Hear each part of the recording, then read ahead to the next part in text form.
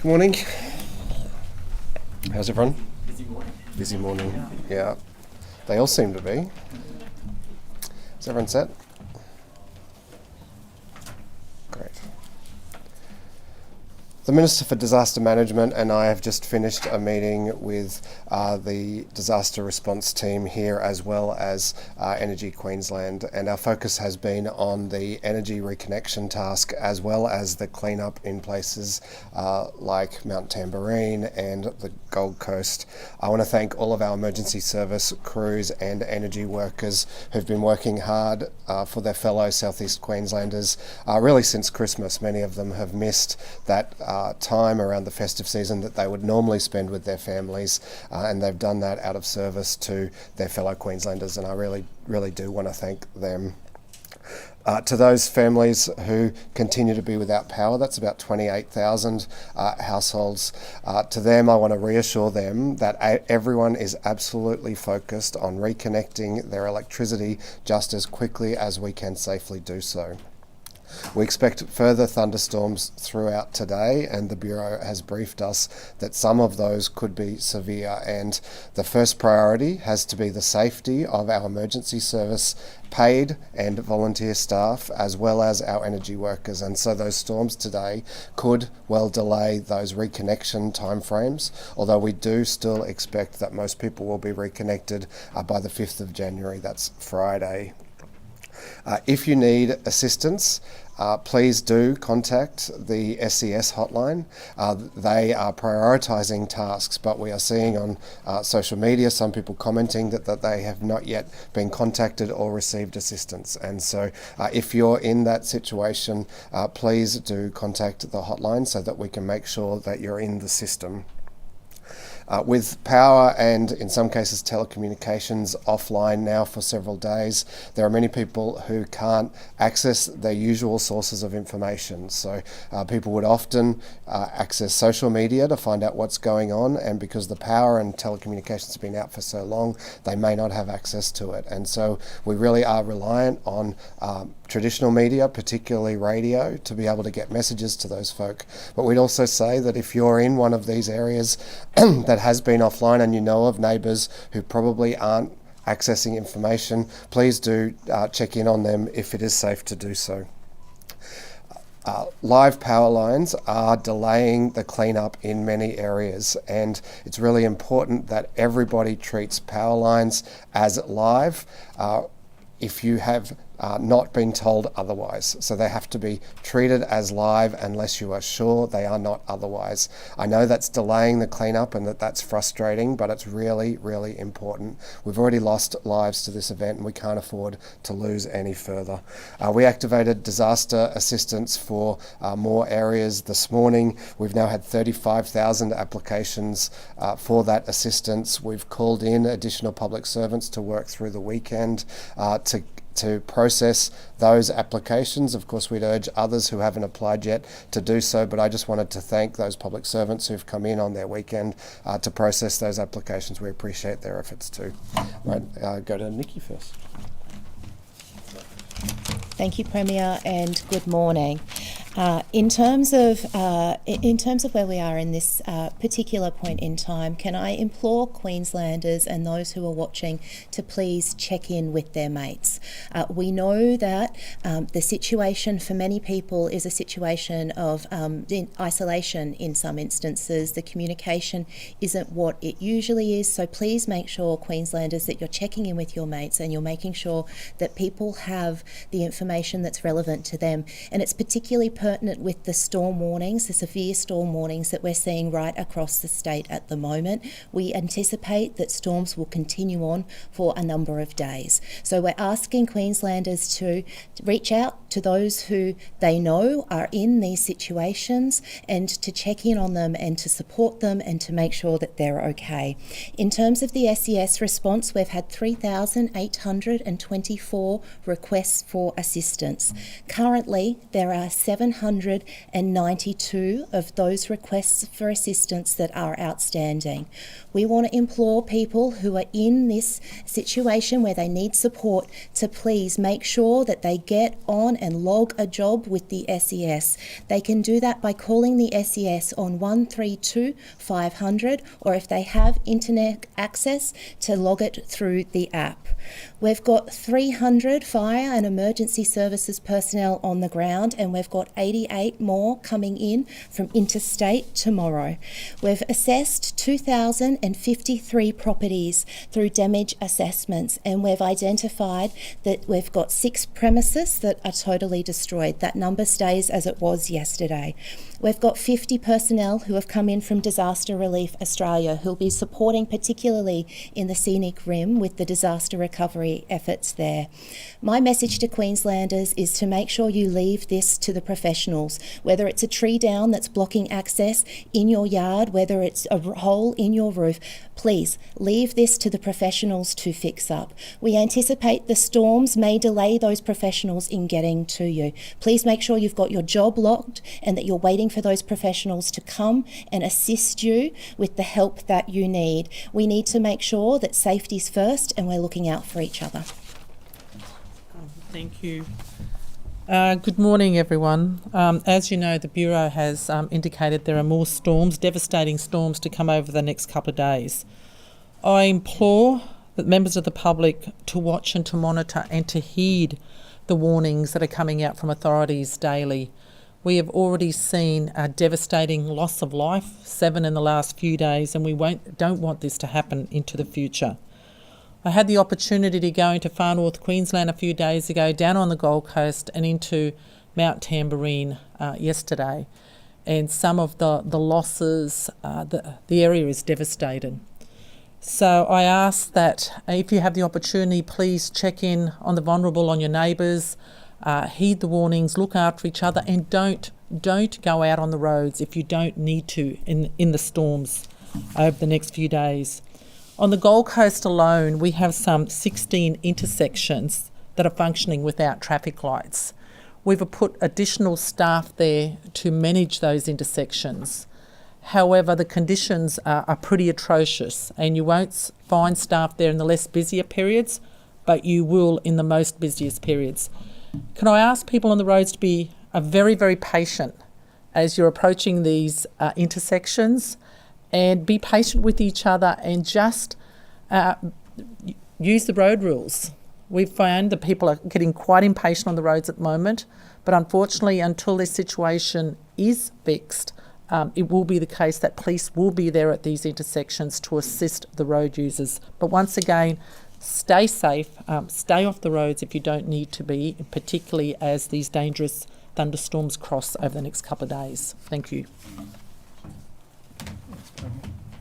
Good morning. I can advise that the State Disaster Management System is fully active. The State Disaster Coordination Centre, our District Disaster Coordination Centres are working with our local government and the local government coordination centres to provide support to the community in this clean-up effort. We've now got over 500 emergency services personnel available to assist in the clean-up and the restoration of power and essential services. Can I say today the forecast is we will see more storms to cross the area. It is critically important today that the community stay in contact with our emergency alerts, social media, and also our other messaging that comes out through our media networks. These storms are popping up, they are short notice, and they are moving through an area quite quickly. And they may move through areas where we've already seen damage from previous storms. Can I also say that in all of our affected communities, Jimboomba, Tamborine Mountain, Tamborine Village, Gold Coast, there are recovery hubs and information hubs that are set up. The details of those hubs are available from your local council and on the local council website. Those hubs are able to provide the information in relation to the reconnection of telecommunications, power, but also support around your relief arrangements, also support around who you can contact for assistance for emergency accommodation, for food issues. Those hubs are there to provide assistance to the community, and can I ask that you please use those hubs as much as possible. One of our biggest challenges in the system at the moment is getting the information out to the community. So please, those hubs are available. Stay connected to our warnings and our social media, particularly over the next 48 hours, 72 hours. Thank you. Good morning. In terms of Energy Queensland, our Energic staff and now Ergon staff that we're rotating through the larger depots through North Queensland are on the ground, or they would have been stood down this morning during the storm. So we've got several hundred staff and support staff in the area. We're going as fast as we humanly can, maintaining safety for the public and also our staff, of course. Resourcing levels will continue to be rotated out. Staff have been working now for over a week, and the humidity and heat does take its toll, so we're being very careful with that. Some of the staff that are joining us from Ergon and Cairns have also had a week before that with the cyclone, so we're just managing it. Be assured we've got sufficient staff on the ground to happen. Sometimes the optics aren't there because we might be a kilometre down the road fixing a line and you don't see it, but as we've cleared vegetation out of the road, we're certainly lifting manning levels in the area that need to, particularly around the mountain. So we'll continue to do so into next week by the looks of it at this stage, subject to further storm damage. Peter Scott, Energy Queensland CEO.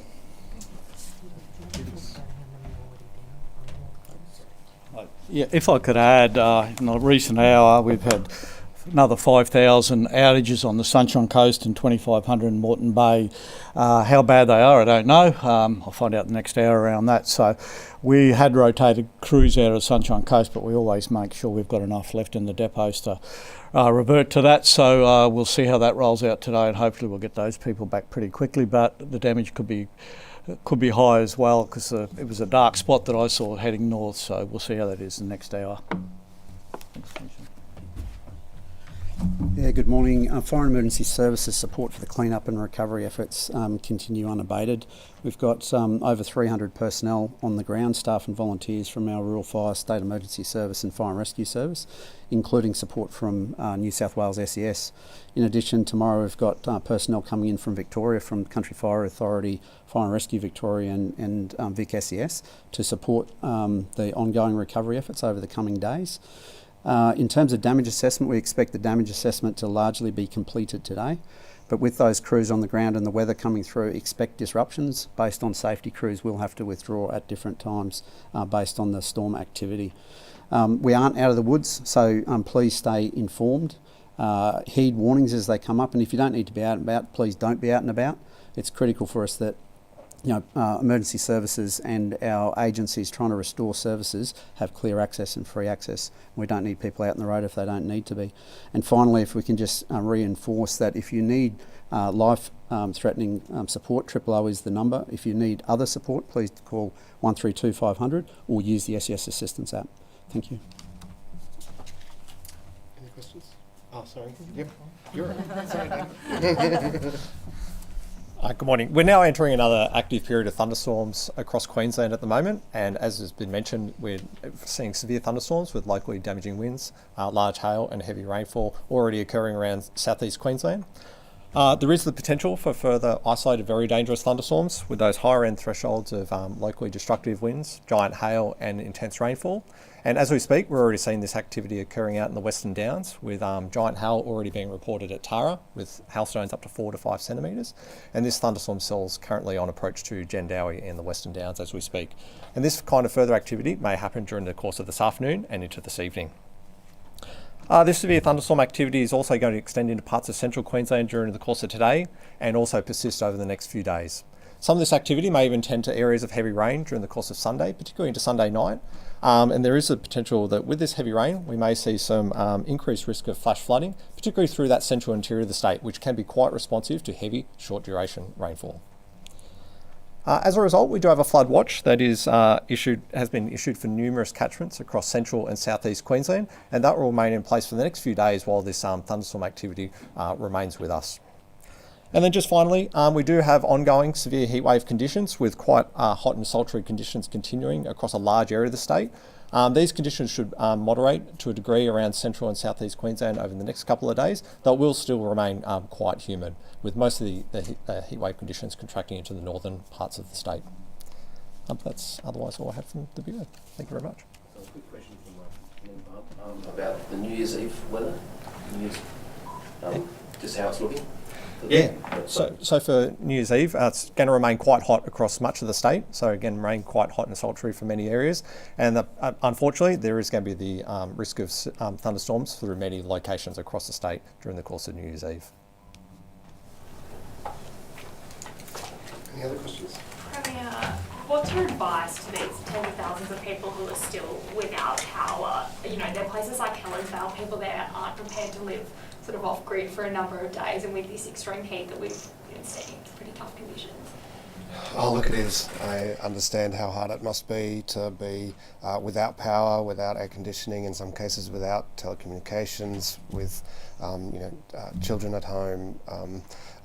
The assurance I want to give Queenslanders is that everything possible is being done to get you connected as quickly as we can, but we are also trying to provide that advice so that you know how much longer you're likely to be out, so you can make decisions then about whether you might want to go and stay with family or friends, or whether you might want to send the kids to stay with grandparents or family or friends. So that's why we're giving that guidance, is so that people have realistic expectations about how much longer they might be out. The fact is, if they are still without power now, that's because reconnecting their power is complicated and complex, and that's why it's taking time. The crews are doing a great job. They're doing everything they can. They're doing it in a very deliberate and rational staged approach, but that does mean that there will be some households that will continue to be without power for nearly another week. And so if you're in that situation, please take that guidance and think about the best way to deal with that. And if we can assist with that, we have crisis accommodation available. We have, I know there are recovery hubs available for people to visit and get respite as well. So they're the kinds of supports that we can make available, while everybody works just as hard as they can to get reconnected. The storms today, as we've mentioned, could push that back. There are crews that have had to be stood down because it's not safe for them to be working at heights or on power lines. So that could delay things again, and who knows what we'll face in terms of storms in coming days. So I think to those households, and that's really who we want to send a message to, we want to assure them that absolutely everyone is focused on getting them connected as fast as we can, but we also want to make sure that they know how long they're likely to be without power. The opposition is accusing you of being missing in action when it comes to those disaster-affected families around the Sea Queen and Mount Tamborine. They're saying that you've been at the Woodford Folk Festival. Can you just explain what you're doing at Woodford and what support you've provided to those people? Well, on Sunday I was in Jimboomba. I drove through Mount Tamborine and the worst affected areas, and then visited the local disaster management centre on the Gold Coast.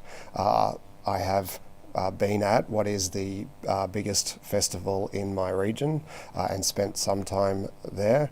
I spoke there at an official engagement, and today I had hoped to get to Mount Tamborine, but the police commissioner advised me that given the storms that were coming, it would be more appropriate and safer for us to meet here. I've met here today with the leadership of our energy network as well as our disaster response team. Look, I think it's pretty disappointing to see, I don't know who made those comments, but I guess that doesn't surprise you then, does it? Look, since